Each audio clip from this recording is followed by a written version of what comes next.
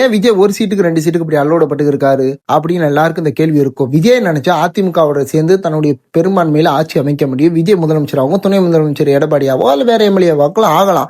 ஆனா விஜயோடைய நிலைப்பாடு என்னன்னா, மதச்சார்பற்ற கட்சியோட தான் நம்ம கூட்டணி அமைக்கணும். ஏன்னா அவருடைய நிலைப்பாடு என்னன்னா, பிஜேபிக்கு எதிரான ஒரு ஆட்சியை எப்படி திமுக அமைச்சிச்சோ அதே போல திமுக பார்ட்டுவாதான் விஜய் கொண்டு வர்றாரு. அதனாலதான் யார் யார் பிஜேபிக்கு எதிராக ஆட்சி அமைச்சாங்க, கம்யூனிஸ்டும் காங்கிரஸ் விசிகா இவங்கெல்லாம் பிஜேபிக்கு எதிரான ஒரு குரல் கொடுத்தவங்க. அவங்க மூலமா ஆட்சி அமைச்சு மறுவாட தமிழ்நாடு சமாதானமா இருக்கணும், அதாவது மதச்சார்பற்ற கட்சியா இருக்கணும்னு விஜய் நினைக்கிறாரு. இதுக்கு கம்யூனிஸ்டும் காங்கிரஸ் ஆதரவு கொடுத்துருச்சு. விசிகா மட்டும் ஆதரவு கொடுக்காம இன்னும் இழுத்துக்கிட்டு இருக்கு. விசிகாவோட டிமாண்ட் என்னன்னா, அதாவது 2 எம்எல்ஏக்களை ஒருத்தர் அமைச்சராகவும் தனக்கு துணை முதலமைச்சர் பதவி வேணும்னு விசிகா தலைவர் திருமாவளவன் அவர் அவருடைய டிமாண்ட் வச்சிருக்காரு. அது மட்டும் இல்லாமல் நடக்க போகிற உள்ளாட்சி தேர்தலில் ஒரு அதுலேயும் கொஞ்சம் டிமாண்ட் வைக்கிறார், எங்களுக்கு இத்தனை இது வேணும் அப்படின்னு.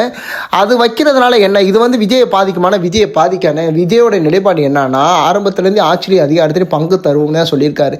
இது இன்னைக்கு விசிகா சொன்னது விஜய் பெரும்பாலும் பாதிப்பு ஏற்படுத்தாது. விஜய் அதுக்கு ஓகே அப்படின்னு தான் சொல்லிடுவார். இந்த ஆட்சி அமைஞ்சால் தமிழ்நாட்டில் மீண்டும் மதவாத இல்லாத ஒரு ஆட்சி அமையும். அதை தான் விஜய் மறுவாட்ட நிலவு நினைக்கிறாரு. திமுகவுடைய கூட்டணி எப்பெல்லாம் தக்க இருந்து திமுகவை அவுட் ஆக்குறதுக்கும் தன்னுடைய அரசியல் பயன்படுத்துறாரு. அதிமுகவை ஆல்ரெடி அவுட்டாகவும் ஆக்கிட்டாரு. இதை பற்றி நீங்கள் என்ன நினைக்கிறீங்கன்றதை கமெண்ட் பண்ண மறந்துடாதீங்க. ஃபாலோ பண்ணாதவங்க ஃபாலோ பண்ணிட்டு பாருங்க. சப்ஸ்கிரைப் பண்ணுங்க.